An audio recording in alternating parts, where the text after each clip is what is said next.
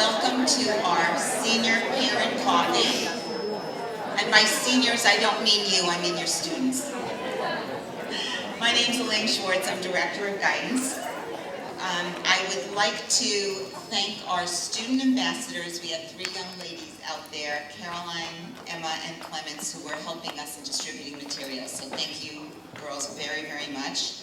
Also, we have a young man, Justin, from Jim Honeycutt's class, who's filming today, so that if anyone needs to review this again or anyone has missed it, they'll have an opportunity to do that.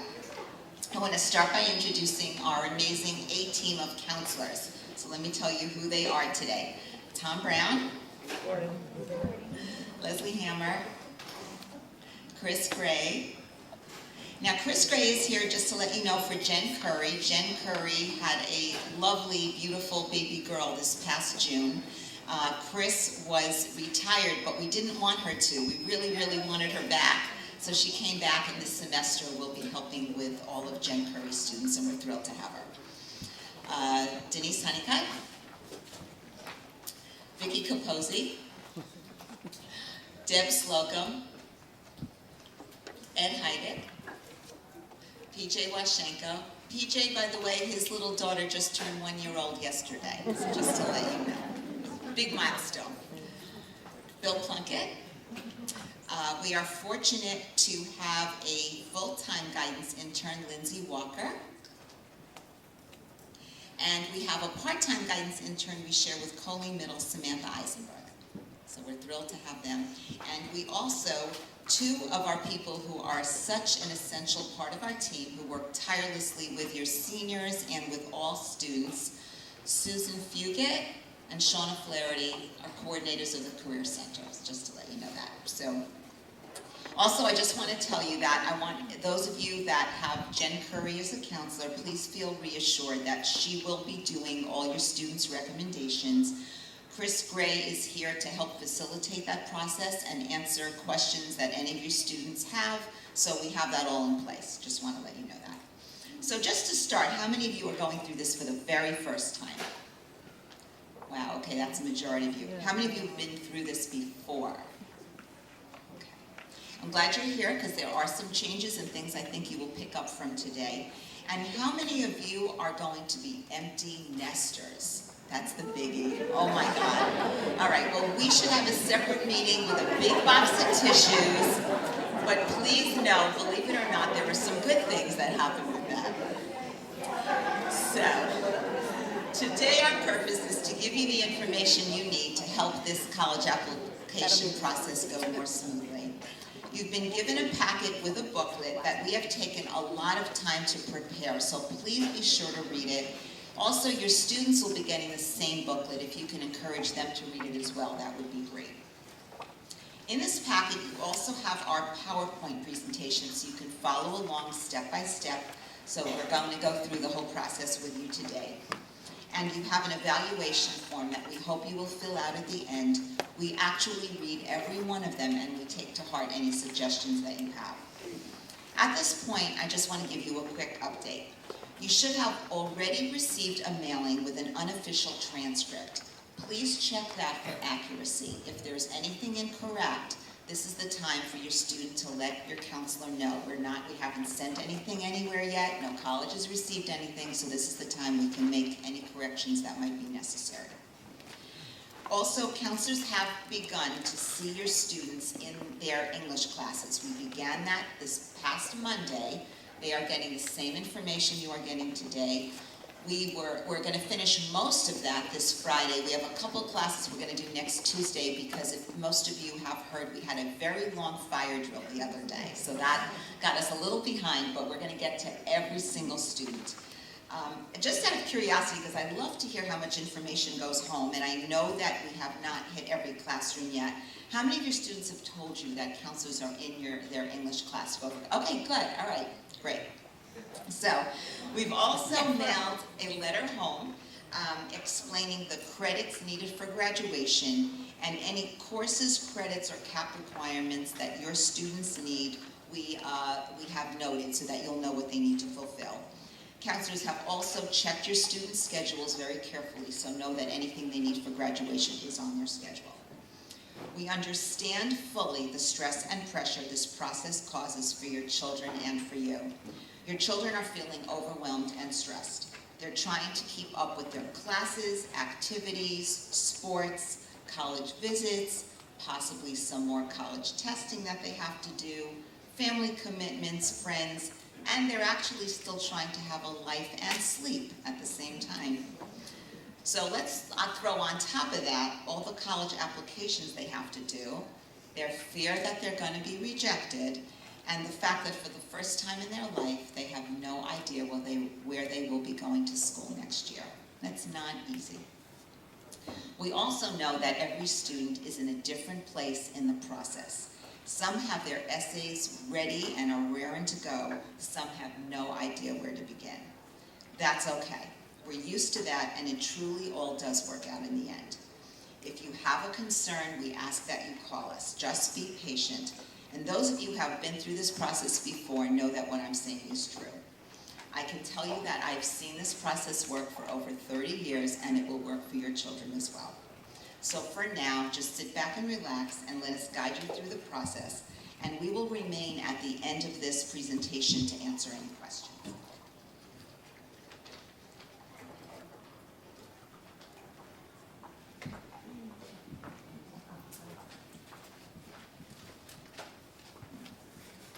Hi, good morning. So we're going to talk a little bit about finalizing the college list and, just how many applications are enough. With so many colleges and universities to choose from, it's important to narrow down the choices and to make a list of those that are a good fit. But it's also important to keep in mind that there is no one perfect college. So all of the colleges listed on your child's list should be institutions that they would actually want to attend. You wouldn't want a student getting in somewhere and then saying, oh, actually no, I never wanted to go there to begin with. In order to make sure your kids have options later, they want to apply to a diverse range of colleges and universities. So you and your child should sit down together and choose maybe 1 to 2 colleges where you think there is a significant chance of your child getting in. These colleges are known as likelies. Likely schools need to be schools that your child would actually attend. And then next, you want to choose 2 to 4 colleges that you think there is a better than average chance of them getting in. These would be considered targets. The last set are the reach schools, and these are colleges that may pose application challenges, but applying is worth a try. And together, you and your child should choose 1 to 2 schools for this group. Though there are no strict rules regarding the number of applications sent, it is wise to ensure that you invest your time, your effort, and your money in a worthwhile manner. To avoid sending out too much, you want to focus and concentrate on the colleges that your child truly is interested in. So with good planning, 6 to 8 schools will suffice. Data taken from the class of 2014 supports our long-standing request for applying to only 6 to 8 schools. The average number of applications submitted by students from the class of 2014, 7. So Naviance, how many here have logged into Naviance either on your own or with your child at least once? Okay, good, because you'll be using it a lot during this process. The most important thing that we can't stress to you enough is update, update, update. You want to make sure that all information in Naviance is accurate. And when you're looking at the list of schools, you want to make sure to take off schools that are no longer of interest. So a school that may have been something of interest last year that no longer is, take it off. It can always go back on if something changes. It is also important, again, to keep Naviance updated because this is going to be used to submit all of the online materials. The common application is the list of colleges, and Naviance is the list of colleges, and these two must match. We'll talk about matching a little bit later. Additionally, the students are sent automated emails about the college representatives who are going to be visiting Staples, and that is generated based on their list that's in Naviance, and that's not to say that they can't attend visits from schools that aren't yet on that list. Thank you.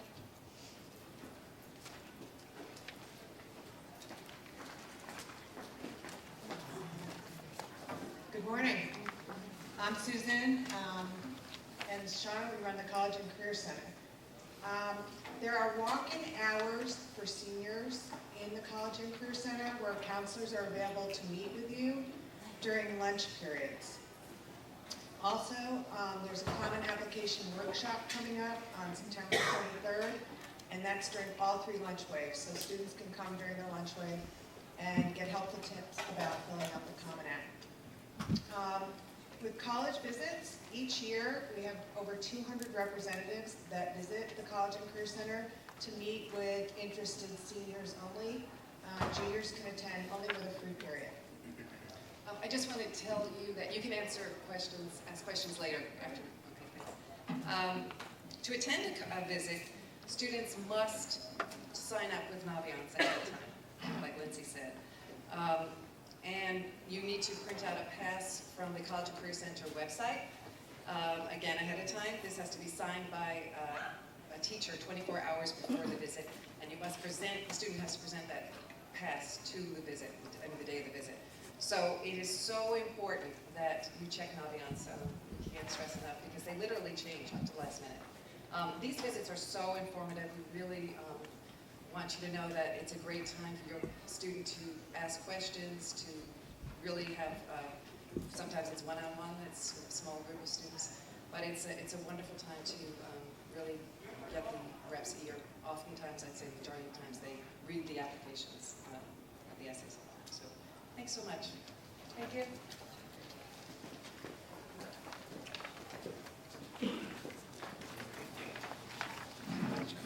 Good morning, I'm Tom Brown. I'm going to take you through the admissions deadlines, the different types that there are. You've probably heard a lot of these before, you may have heard all of them before. I'm just going to give you a quick review and a couple tips to remember when you're going through this process with your children. Roll-in admissions, there's no specific deadline. This is going to be as soon as the application is complete and all the materials are there, they'll start reviewing the applications and making decisions. Radio decision is pretty much the most general, has one deadline, usually around January 15th after that time. Early action is going to be coming in the fall, starting November 1st to November 15th, and then sometimes December 1st, December 15th. That is non-binding, so early action you can apply to as many schools as you want, it's just an earlier application. And you get an earlier decision most of the time as well. Restrictive early action is one that I want to be aware of. It's different between each college. There are very few schools that use restrictive early action, but if you or your child are applying to a school that uses it, make sure you read the fine print very carefully and speak with your counselor as well, because there's often little rules and restrictions within it, as it is restrictive early action. Early decision is the binding agreement. That's the one where if you apply early decision and you are accepted, you have to go to that school. So you can only apply to one school early decision, and if they accept you, you're going. So I'm going to take a second, because last year we had a lot of questions about early decision because it seems kind of scary, and I'm going to show you actually on a Common Application account how early decision agreements pop up and are done. So let me just do this. All right, so this is what your dashboards or your child's dashboard is going to look like on the Common Application. When you go under My Colleges, it's going to populate the list of colleges that you're considering or you're applying to on the left side here. So I'm going to choose Ohio Wesleyan because they have early decision as an option. So right now, when I go under the initial questions of Ohio Wesleyan, so this is where you're going to start filling things out. Now, what's interesting about how the Common Application works now is that it's a smart application. Like I said, smartphones. It's smart, but it's more difficult because of that. So it automatically populates new questions based on how you answer previous questions. So right now, when I look at the bottom, there's nothing here. It just goes on to the next things. However, once I pick a preferred term, if I can. So I'm going to pick fall 2015. Now it asks me what admissions plan I want, so a new question popped up. When I select that as early decision, and now I go to the bottom, the early decision agreement is now populated in there for me to read. So that's how you're going to find it. When your student does this, they're going to select, yes, I have read, and I agree, assuming that they have read it, which they need to, and they do agree, and then they'll put in their early decision signature. I'm not going to press continue because I don't want to apply to Ohio Wesleyan or the Big account, and then I have to go there.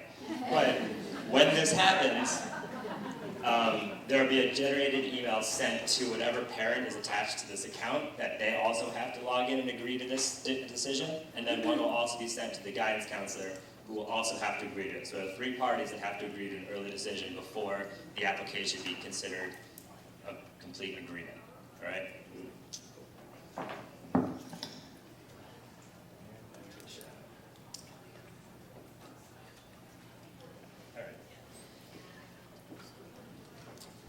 So throughout this presentation, we're going to go over each of these individually. Just to give you a brief idea, when we think of an application, most students think of it just as, this is the form, I fill it out, I send it in, my application's done. The essay is the hard part. There's actually many components of an application, and that's where we all come in to help them do that and organize themselves. So just to give you a review of the components, there's the school materials, which come from Staples in the guidance office. Those include the transcript, the secondary school report, counselor recommendation, school profile, mid-year report, and final transcript. We're going to cover all of those shortly, so don't worry if you don't know it anymore, we'll tell you soon. Teacher recommendations come directly from the teachers. Your students ask them for the recommendation and give them a form to fill out and send with it. But those go from the teachers straight to the schools, no one else is involved with that. The test scores are also initiated by your students through the testing agencies. We do not send those. So they have to do that through ACT and through SAT and have them sent directly to the schools. It's another one that's hands-off from our side. Application, essay, and payment, that's what your student sends in, or you probably as well, unless they're paying for their own applications, which might be a good idea. And then the last one, if applicable, is the interview. Some schools interview, and it might be part of it. And then any supplemental materials. So if your students have portfolios or music CDs, if they're applying to music programs, there might be other aspects of the application depending on what you're applying to. So all those different pieces have to end up in one spot. The best way to make sure that that's going to happen is to keep a consistent registration for everything. So when we say register with your full legal name, with your student's full legal name, don't use yours. That's because if I were to apply to a college, my name's Thomas Brown, but I did my SATs under Tom Brown, my SAT scores and my application when they arrive might start two separate folders, one for Tom Brown and one for Thomas Brown. And then the school is going to start calling and saying, we don't have all Tom Brown's materials. We also don't have all Thomas Brown's materials. And then we have to explain to them, there's the same person, put them in the same folder, but it just takes a long time and it's a big headache. So, register with a full legal name, whatever's on your birth certificate or your child's birth certificate, because you can't change that. That's permanent, that's what's going to always be there, and it'll stay consistent, and everything will get to the same place. Thank you.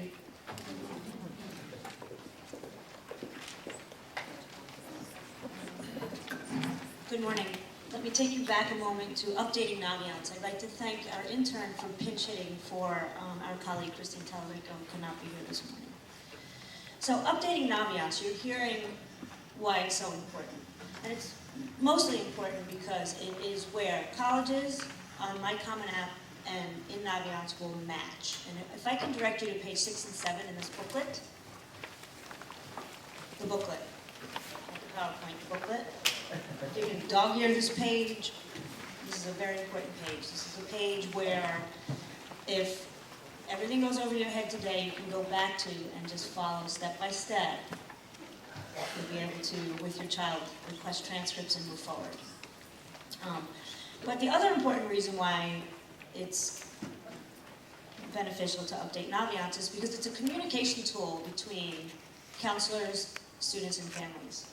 So I can log into any one of my students' accounts and see the workings of what's going on. I can add schools from my end, you can add schools from your end, and we can just communicate electronically as well. The common application, as well as Naviance, must have email addresses that match, that are the same. So it's important to get in there with and look at your child's email address in Naviance and assure that that same email address is used in the Common App or vice versa. So whatever email address they wish to have communication with the universities is the email address that should match.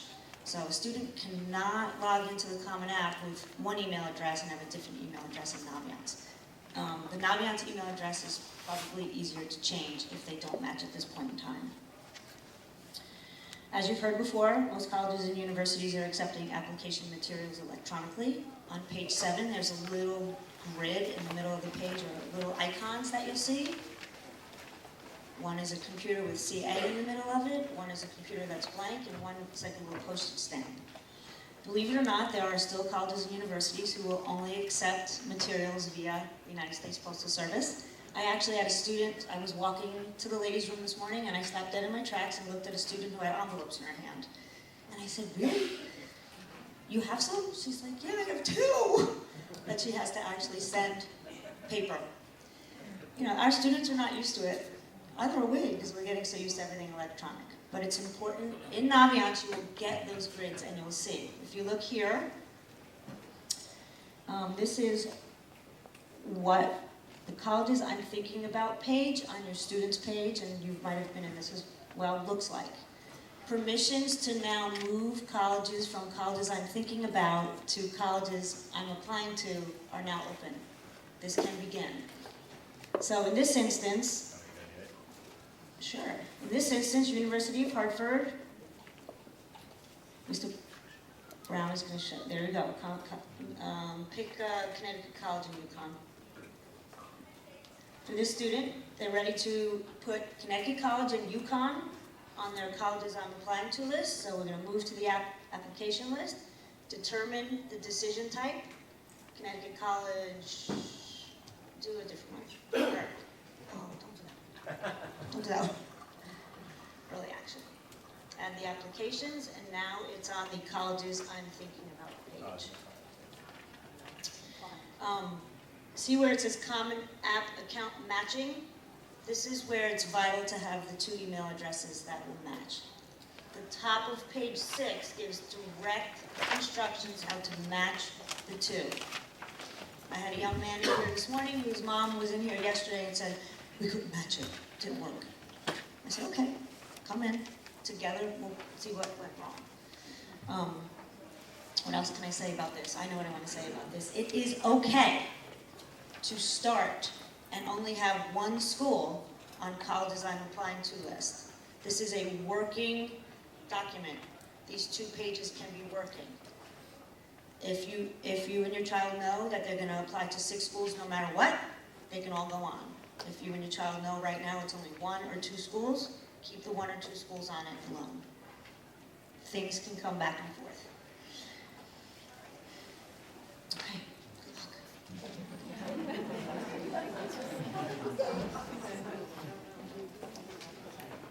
Good morning. I'm Peter Washenko. I'm going to talk to you a little bit more about requesting transcripts. Now, Vicki told you to turn to page 6 and 7 of the booklet. A lot of that's going to be referenced in the slides I'm doing right now. So you're determining, or your students are going to be determining how the schools want their materials, if they want it online or if they want a paper version. The symbols that Vicki pointed out are going to be next to the schools. If it's a little stamp like you see on page 7, that means the school wants a hard copy of the transcripts and letters of recommendation, so they get those envelopes that we were talking about. They're all in guidance. I was handing out some today. We have them for our materials. We have them for the teacher materials as well, so they can pick up multiple envelopes. So now that they can determine how the schools want their materials, now we have to figure out when do they want the materials. So we are telling students 1 month prior to their first deadline is when they should be handing in the materials to guidance. Now, for an example, November 1st, we'll just use that as an example. If they had a November 1st school, that's early action, and that's where they want to really kind of jumpstart their application process, October 1st would be the, right around the time that we want to see them. We don't want to see them October 27th saying, oh, I need to make this initial request, because there's a lot of stuff that goes into, finalizing those requests, a lot of materials that we ask for, and also letters of recommendations that we write, that we have to put together, which is why we need that big window to write them. And, you multiply that times, we each have about 50 seniors, so we need time to balance everything out. So the materials that we ask for the initial transcript requests are all on page 6 under section 2. Okay? So the first one you'll see on there is a transcript release form. Okay, this is something they fill out once. It gives us permission to send transcripts out to all the schools that are going to apply to throughout the year. Okay, they fill it out once, it goes in their file, they never have to do it again. All right, the second one is a secondary school report form. They fill out the top half of that. It's all their general information. They check off, they waive their rights to access their letters of recommendation, which makes our letters more credible. If they check off they do not waive their rights, it can raise a flag. We've had comments like that coming back from colleges. Check off they do waive their rights. That's what we're telling them to do. We fill out the second half. We actually upload this into the Naviance account because some schools want this form. So it's important that it's neat, it's legible, it's typed up. We actually have these as electronic Word documents on our website, so we would like everybody to go there to fill out those forms. The third part, I believe, is the activity sheet. The student activity sheet, it's like a narrative resume. We've known most of your students for 4 years, transfer students a little bit less, but we like to think we know a lot about your seniors, but I'm sure we don't know everything about your seniors. So this is an opportunity for them to talk more about the things that they're proud of, the things they'd like us to incorporate into our letters, something that we can maybe use to fill the gaps with our letters of recommendation that we may have. So it's a great opportunity to go in depth, detail, highlight the things that they're really proud of. I have a student that has done wonderful things for the high school, you know, activities, academics and whatnot, but she's an accomplished artist as well and has never taken a fine art class here at Staples, right? Didn't take significant fine art classes here. So she's doing all outside of school, and I had no idea until she told me. That's something she's going to put into her activity sheet. That's something I can incorporate into my letter. So that's the opportunity that we look for. Other things might be, you know, there's a parent brag sheet that we have as well. That's your opportunity to talk a little bit more about your students. Now, the things that I've usually pulled away from the brag sheets is, you know, the things that the students maybe just kind of, you know, they just brush over, like, oh yeah, you know, I look after my younger brother and sister. But for you, that might seem like that's a huge help, a huge responsibility that, you know, maybe the hours are late and you really rely on your son or daughter to come home after school to make sure they're doing their homework, that they're going to have dinner, the rooms are clean, they're doing their chores, all the things that, you know, you'd expect, you know, the kids to be doing in the house, and they're the person that's kind of really overlooking that. That's huge, and that's responsibility, that's maturity, that's something we can pull out of those brag sheets. So please, again, go in depth with those. We love more information with these sheets. One of the last things is the list from Naviance, which Vicki was talking about. The initial list, it might be a small list, it can grow from there, but for the initial request, I had a student today, I looked at her initial list, it was about 15 schools, or on her colleges I'm thinking about list, we just moved over 6 to say, this is how you're going to start, because the deadlines fall within the range that we're looking for. You can add them on later on. You know, she got a little worried about, well, when do I do that, or do I do that? When's the time do I do that? I'm like, come see me, I can walk you through it. But kind of keep that, you know, 1 month deadline in mind. But the initial request is why we need that month to write the letter. After that, it's really only a week before a deadline, because the letters are uploaded, the teacher letters are uploaded, everything goes very quickly after that. It's the initial push that takes a while. Okay, and then it's $5 per school for the transcript, postage, processing, and all that. This is kind of the school policy. So that's everything they should be coming in with for the initial request, and that starts on Monday through Ms. Ketley's office in between the lunch break. So it takes like 5 minutes for them to actually come in, bring everything there. There'll be a counselor in front of Ms. Ketley's office to make sure that everything's checked off, it's good to go. If there's something wrong, we can correct it, or we might have to tell them, you know, you need to go back and get this and come back tomorrow. It happens sometimes, but, you know, that's why you got to, you know, attention to detail is very helpful with this. So you might be able to help them with that, but, you know, they have something that's coming up soon. Now, we say do it during the lunch breaks because all the time before and after Ms. Ketley is putting all this material together. She's giving us packets that's the transcript, the activity sheet, any kind of other forms that are helpful for us to put our letters together. She's doing that, you know, before 10:30 and after 12:30. If your students come in during those times, it's very chaotic. It's not organized. It's not time devoted to just receiving, you know, putting everything together nice and neat, and then giving the kids a receipt for, you know what, you sent it in, you gave me the stuff I need, great, here you go, you're done with this part right now. So we encourage them to not come during those off hours. It really should be the students coming in as well. I do see parents that come in from time to time. It takes 5 minutes. They're seniors now. You know, I think it's something they can't handle, you know, during the lunches just to drop it off real quick. So, you know, let them take this on for sure. And just on the next page, this is kind of like a nice little visual timeline. So I talked about that November 1st deadline. If that's a deadline that some of your students have, October 1st is when they should be bringing in their stuff to Ms. Ketley during those hours. They'll have the packet. They'll be good to go. And then that's it in terms of school materials for the counselor. After that, you know, we have to kind of, if you want to send additional transcripts out to schools because there's later November deadlines or December deadlines, they just want to get those out now, that's fine to do as well because most likely the letters are done or close to done around that time.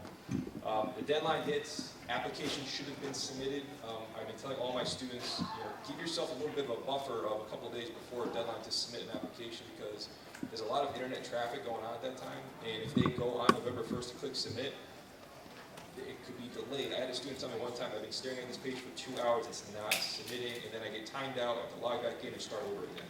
The application's all saved and still there, but it's just waiting for that little pinwheel to go away and say, send, submit, congratulations, you're done. Have a couple days before and just, it's safe planning, and you know, avoids a lot of headaches, which is nice. And then November 15th is a checking materials, and we have a slide later on that talks about it a little more in depth, so. But again, you want to make sure everything gets there. They can do that after the deadline, but the application is the most important thing that gets there by the deadline. Okay, thank you.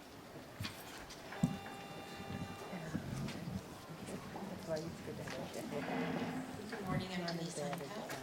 So once we send a transcript out to a college, we cannot alter it. It has to remain the same. If circumstances dictate that something needs to be changed in a student's schedule, then the student must contact the college and let them know that there will be a change. And this could be a level change, and that usually is okay. Oftentimes kids get into college first semester and then decide second semester, you know, I'd like that second free period. So they think, well, maybe I can get away with dropping my marine biology class or my extra English elective. In those cases, the colleges will often say no. You must stick to the way you applied. You must stay that way. So we caution kids, if they're going to make changes in their schedules, they need to think about it and do it now. Also, we want you to know the importance of senior grades. Students must keep their grades up. Oftentimes, colleges want to know from us or from your students what their first quarter grades are. Sometimes decisions are made because of those first quarter grades, so we encourage kids to continue working hard. We also send automatically a mid-year report to all of the colleges your students have applied to, and at the end of the year, we do automatically send the final transcript. Now, please understand that an acceptance to college is always contingent upon successful completion of high school. I'm not sure all of your sons and daughters read that part of their letter. Let me read you a couple. Okay, this is from Skidmore College. The admissions committee will carefully review your transcript in June. And if there is a change in your program or a decline in your academic record, the committee will reassess your admission status. This one's from Northeastern University. Failure to successfully complete high school at the current level of performance, that means the level to which they have applied, or failure to notify us of a change may result in a decision to rescind our offer of admission. Now, unfortunately, sometimes kids don't believe us. So we do have in our office a file of letters that we wish we did not have, because when these letters are sent out, we are copied. Let me read you a couple of excerpts. This one is from Bates College up in Maine. We are particularly concerned about your final grade of C in AP Economics and C+ in AP US History. Please respond in writing with an explanation for the low grades on the final transcript. This is from NYU.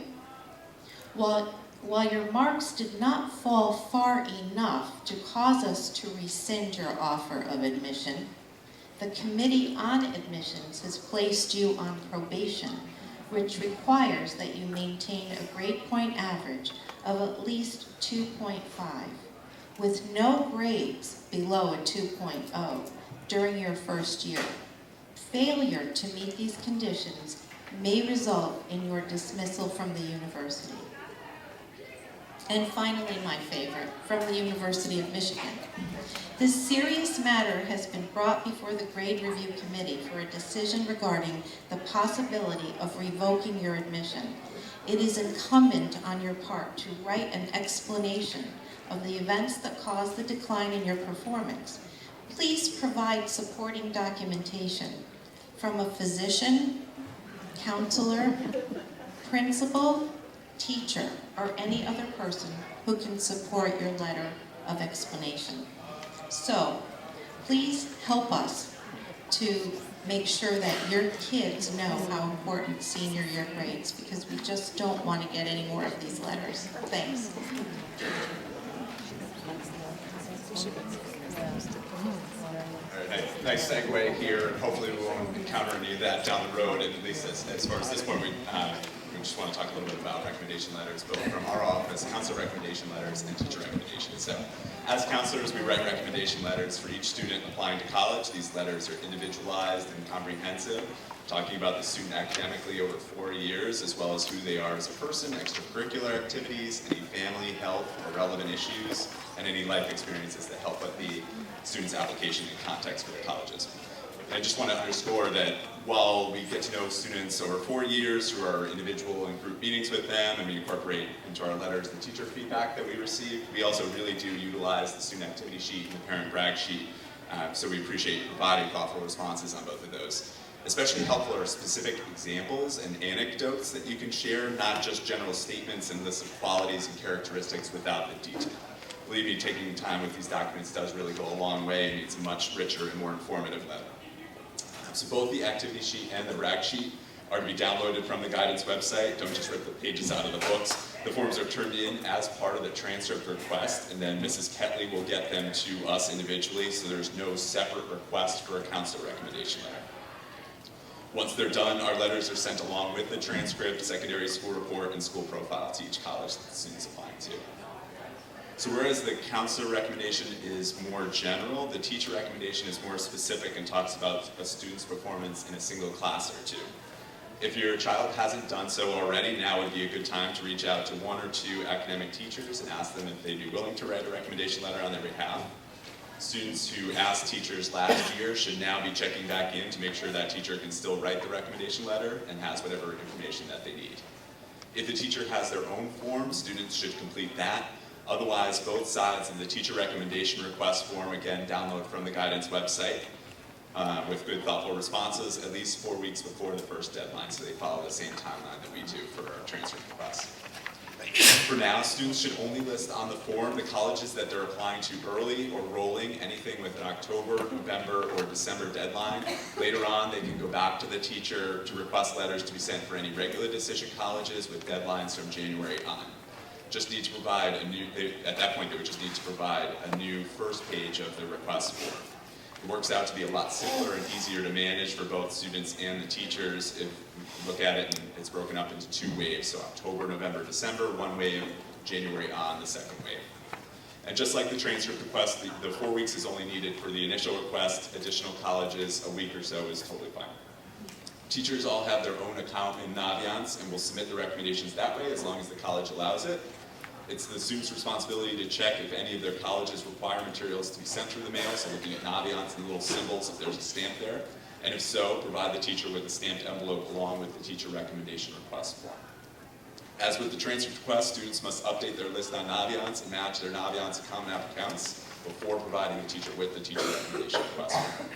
And finally, it's really important for students to follow up with a nice thank you note to the teachers who write them the recommendation letters, especially since it's something that they really do on their own time, and that the students also let teachers know about their acceptances and follow up with them about their final plans.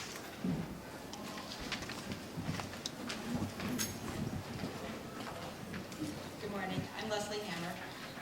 Like everything else in the college application process, students will undertake their standardized testing to some degree at their own pace. Some students were finished with their testing last spring, others still might want to have another stab at it. If that's the case, it's not too late. The next SAT test date is October 11th. Today is actually the deadline to register for that. And then there's a October 25th ACT test with the registration deadline of next Friday.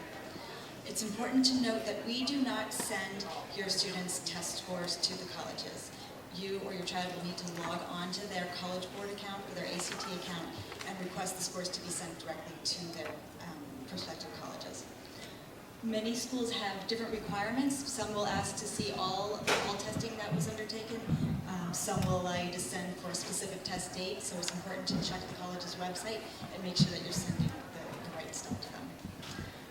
Many students might believe that their standardized test scores don't really reflect their ability or their achievement in high school.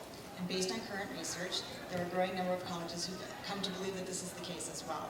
In fact, a student's high school performance is a far better predictor of their success in college than their standardized test scores are.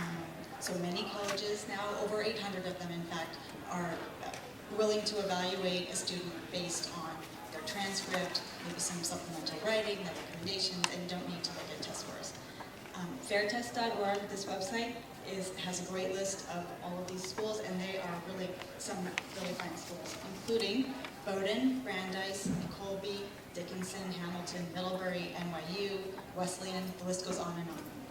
Really worth checking out. SAT subject tests. These are really only required by the most selected schools. They're typically taken at the end of the final course that a student is taking in a given subject area. So for instance, something like AP Biology. And they're only really appropriate if the student has been very successful in that class. If you think that your child should be taking one of these tests, it would be important to speak to their counselor about that. AP tests. Students may self-report their advanced placement scores on the Common Application. If they choose to do so, it's definitely an option, not required. It's probably worthwhile if they've gotten a score of 3 or 4 or higher.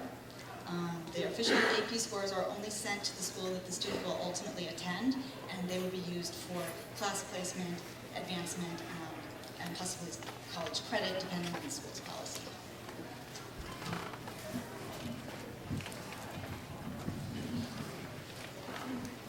Good morning, I'm Chris Ray, and I'm filling in for Jen Curry this semester. When I retired a year ago, I don't know why, but I didn't retire my name tag, and I'm really glad I didn't, and it's nice to be back. I want to speak just for a minute to the parents of Jen's students to reassure you that knowing Jen, she is so thorough, and we met last June and discussed each of your children individually. I've started meeting with them already. It's a little bit of a challenge to get to know them quickly, but they're great. I've really enjoyed them. And please feel free to give me a call. Jen is going to be picking up the transcript request information from Mrs. Ketley every week. And knowing Jen, if she's in here next Wednesday, she'll have her letters for that week written and uploaded in Naviance by Thursday morning. So no worries. I'm going to speak for a minute about the actual application. Currently, there are 3 types. The Common Application is the one that most students use to apply to most of their schools because it's accepted now by over 500 colleges and universities around the country, which is so great for your kids, so great for you, and really great for us. Another type is the Universal College Application, which is only currently used by about 40 schools, and it tends to be used more by students who need to upload supplementary materials. And then there are a couple handful of schools that annoyingly have their school-specific application. So many students make their college choices actually based on the ease of the application process. So if you have 4 kids who want to sit down and fill out 7 different individual applications, be kind to them and make their choices. The colleges that do accept the Common App, however, generally use supplements specific to their schools. So the kids have to fill out an additional page or 2 online, but be aware that there are usually additional essay or short answer questions that are embedded in the application. And we hope that your kids actually take some time to answer those completely and correctly. If they're going to be using one answer and tweaking it for different schools, like why do I want to attend Colby College, what can I communicate, make sure if they write the first one about Colby, that they don't just transfer it to the next school and talk that, which is Dickinson, and talk about Colby and the Dickinson application. It won't go over well at all. On the Common Application, your children will know the answers to all of the questions they need to fill out, except for these. So please hold on to this page, circle this slide, and because this information will be asked on the Common App, and rather than you call or have your kids come in, there you go. Every application requires, almost every application requires an essay or personal statement. Back in the day, the Common App used to provide a few prompts that, quite honestly, were lame, and nobody wanted to write to them. So most kids would come in and lament over, what should I write about? Now, on the Common App, they provide 5 really, I think, kind of thought-provoking prompts. And so this really helps the kids have a little bit of a framework. We are here to help your kids if they have no clue which one to choose or what to write, or if there are essays on the school-specific application. We're happy to come in and brainstorm with them. It's very, very important that these essays be written by your children with only a little help from someone outside of school. When we help kids, we only help a little bit. Because the admissions people who read these applications read hundreds of essays every week, and they can spot like that an essay that's been helped too much. Please make sure that your children do give your counselors a copy of their essay, though, because sometimes kids will write an essay about an event, or one of the questions is, has there been a turning point in your life, in your transition to adulthood? And sometimes they'll write about things that they haven't got to tell us about. And it's nice if we can support their essay in our application as well.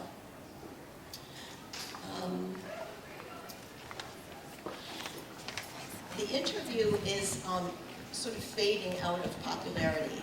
It's very difficult for the schools to be able to even offer interviews to most students. So interviews are generally only required or recommended by the smaller schools, and sometimes not until they receive the application. If your child is applying to a school that requires or suggests an interview, we'd be happy to talk with them about it. It's important that they go prepared and don't ask questions that are immediately apparent on the web, like what's the ratio of men to women on this campus. And if they do have an interview, whether on campus with an admissions counselor or a senior student or an alum off campus, please be sure to have them ready. Thank you note. It goes a long way. Thank you.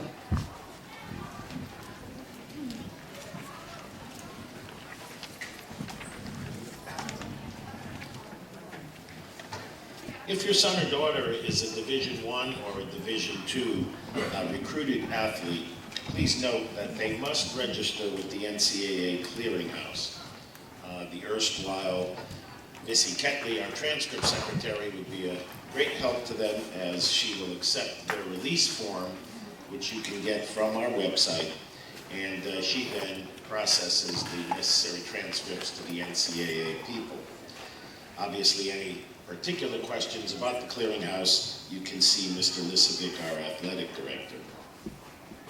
On the other hand, if your son or daughter is a BFA candidate in the performing or visual arts, as I'm sure you already have, there are special admissions requirements, the necessary audition perhaps, a CD or a DVD, all of that should either be in hand already by your son or daughter, or certainly they're at the point of just completing such projects. Note that the National Portfolio Day website you may find most helpful, along with the Performing and Visual Arts College Fair website.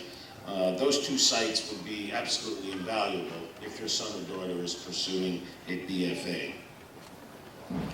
And finally, if your son or daughter has an IEP or a 504 plan and there are particular accommodations here at school for them, it's your family decision whether or not to disclose that information during the application process itself. My recommendation certainly would be to talk to your son or daughter's guidance counselor about that. Ultimately, the request for accommodations at the collegiate level, which varies from school to school, that actually occurs after there's an admission to a particular college or university. Again, your son or daughter's guidance counselor will help you out with that particular issue. Thank you.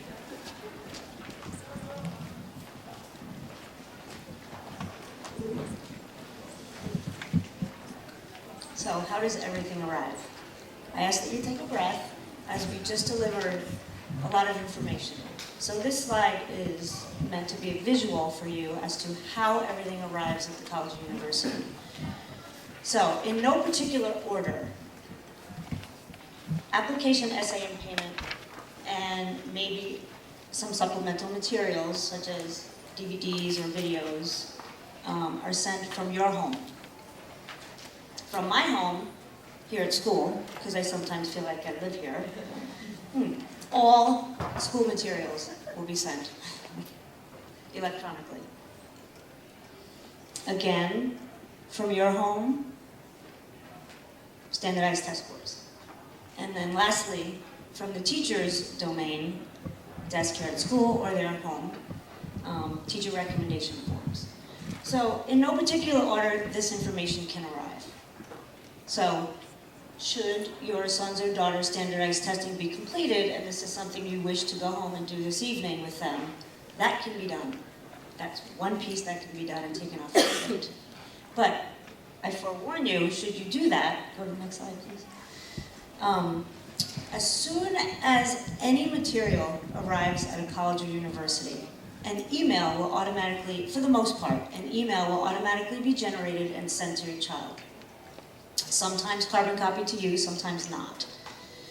With that email, there's often directives that say things like, we're missing your application, we're missing school materials, we're missing this, we're missing that. And it oftentimes generates an undue stress and undue anxiety. So this slide, ladies and gentlemen, is actually brand new this year, because we feel like we want to advise students and parents to understand that an application is not complete until all those pieces are in it. And then from that point, when everything is complete, or at least we think it's complete, we ask that you take a breath and wait about 2 weeks, or I'll say a week, 1 or 2 weeks to start checking if the information has arrived and if the application is complete. So one way to check is to read that email that may have been generated and see if the college or university has what they may call a student portal. The student portal is a place where students and families can log in regularly to see when the standardized test scores arrived, when teacher recommendations have arrived, when counselor recommendations and school materials have arrived. Most importantly is the application must arrive on time, on the deadline date or prior. So here's where students look at me kind of funny when I ask them to check to see if their materials have arrived. And let me tell you why I'm quite passionate about this slide is my office sits directly across from Miss Ketley's office. So you can imagine that it's a busy place and I get distracted easily and I often hear things and I always hear kids say, Miss Ketley, can you send my transcript again because the school doesn't have it? And Ms. Ketley is one of the kindest people in the world and often will say, okay. And I say, no. Did they check? And the kids will look at me like this and say, well, the portal says it's not there. And I say, okay, but that portal may not be updated. Because oftentimes, ladies and gentlemen, we have sent our information, you have sent everything, everything's there, but the college or university has not updated their portal as of yet. So when I say to the student, okay, did you call? They look at me funny, and I say, well, why are you looking at me funny? And I forget that they are growing up with everything being instant and electronic, and they don't often use the telephone. So we say to them, you have to call. And I've actually had students in my office with me, and I say, let's dial. And so I dial with them, and they sometimes have this look of panic on their face, and I have to coach them through what to say. The phone call works. And I want to say 99% of the time or 90% of the time when that phone call is made, the person on the other end, and every college and university has somebody on the other end answering in admissions, says, oh yeah, it's all here, your file is complete. We just have not updated the portal as of yet. So we make note of who we spoke to at the time, it's complete. Let me forewarn you please that at heightened times, which are close to deadlines, colleges and universities will often take up to 4 to 5 weeks to complete their paperwork or complete their matching of everyone's materials. So 2 weeks, start checking, phone calls are okay, check portals, check list. Thank you.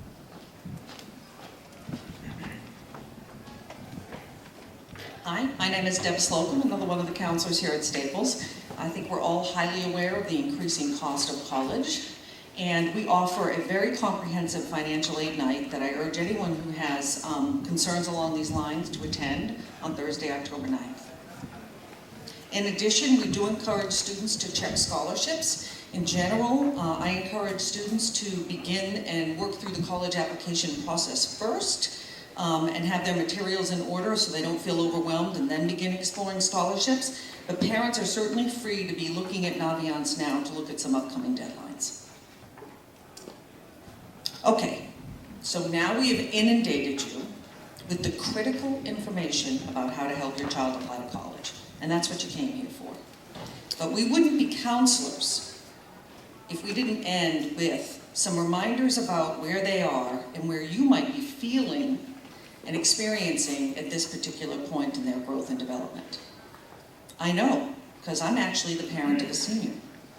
Therefore, I am highly familiar with the angst of parenting a senior in Westport. Fortunately for me, and I know you're thinking this, I've been through the college admissions cycle 15 times with other people's children and my older son. So I have the benefit of hindsight and the big picture, and I possess a complete faith, and communicate that to all the kids, that it truly all does work out. Just not always on the timetable or with the exact results parents might prefer. So what do I mean by it all works out?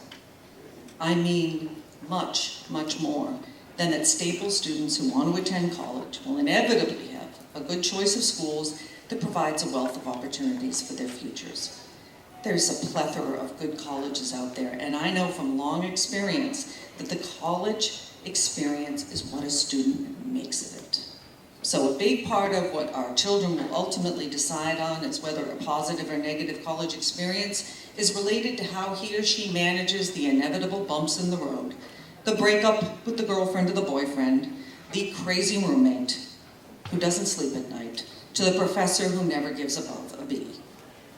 I hope that underneath the inevitable anxiety you feel for your child's future, you really understand, at least intellectually, that this college process has been blown way out of proportion. And that no matter how much money is spent on tutors, consultants, test prep, there's no guarantees. If there was a guarantee, one person out there would be a multimillionaire and have a corner on the market. In so many ways, the college process is a test run for what we as parents will face for the rest of our children's lives. Our ability to control what happens to them and what they eat for dinner or whether or not they study for a big exam is steadily slipping through our fingers. Every day of this senior year, you have a conscious choice to make, or several choices to make. What will be your priorities as a parent for your child's last year of high school? I ask that you step back from the stress of parenting a senior and consider the following. Number one, are you doing more than you should for your child? Now is the time to raise the bar on those day-to-day responsibilities, expecting them to keep track of homework, do their own laundry, God forbid, prepare the occasional meal, and independently decide to meet with teachers for extra help. These skills are at least as important as the math equations they're currently solving. And painful as it is for us, our kids need to know and trust that they will be fine without us. Do you expect your child to take responsibility for his or her choices? Don't tell yourself the stakes are too high for a senior to take responsibility for the poor test grade of bent bumper. Developmentally, it's the job of a 17 and 18-year-old to test their identity separate from their parents. And it's our job to trust that our children will survive their mistakes intact and wiser as a result. The stakes will only get higher from now on as they get older, and you may well not be there to comfort and support them when the consequences kick in. 3, have you actually accepted your child for who he is? All of us harbor expectations and hopes as to whom we hoped our child would become. Add on top of that the fact that we are, and I think this is very unfair, often judged as parents for our child's achievements or lack thereof. As parents, our hopes and standards need to be applied within the context of our children's development and personalities. As Madeline Levine stated so beautifully, keep an open heart and love the child you were given. Number 4, when your child graduates from high school, if she's asked what her parents value most, what will her answer be? Will she say that achievements, including admission to a specific college, were prized above all else? Or that integrity, civility, and caring for others was most important? Even while supporting your child, Consider what you're communicating as your critical values, because as I noted earlier, your influence is waning. Number 5, and are you finally making the most of this last year of high school? In the midst of making sure that deadlines are met, as well as enduring the inevitably churlish attitude of a second semester senior, are you taking time to communicate unconditional love? During this bumpy, exciting time, you remain the safe shoreline. Every day, I contemplate dropping off my daughter next year, and my heart breaks a little bit. I, for one, won't miss a single opportunity to hug and reassure her that I believe she's a good, caring person, and that I love her no matter what. Thank you.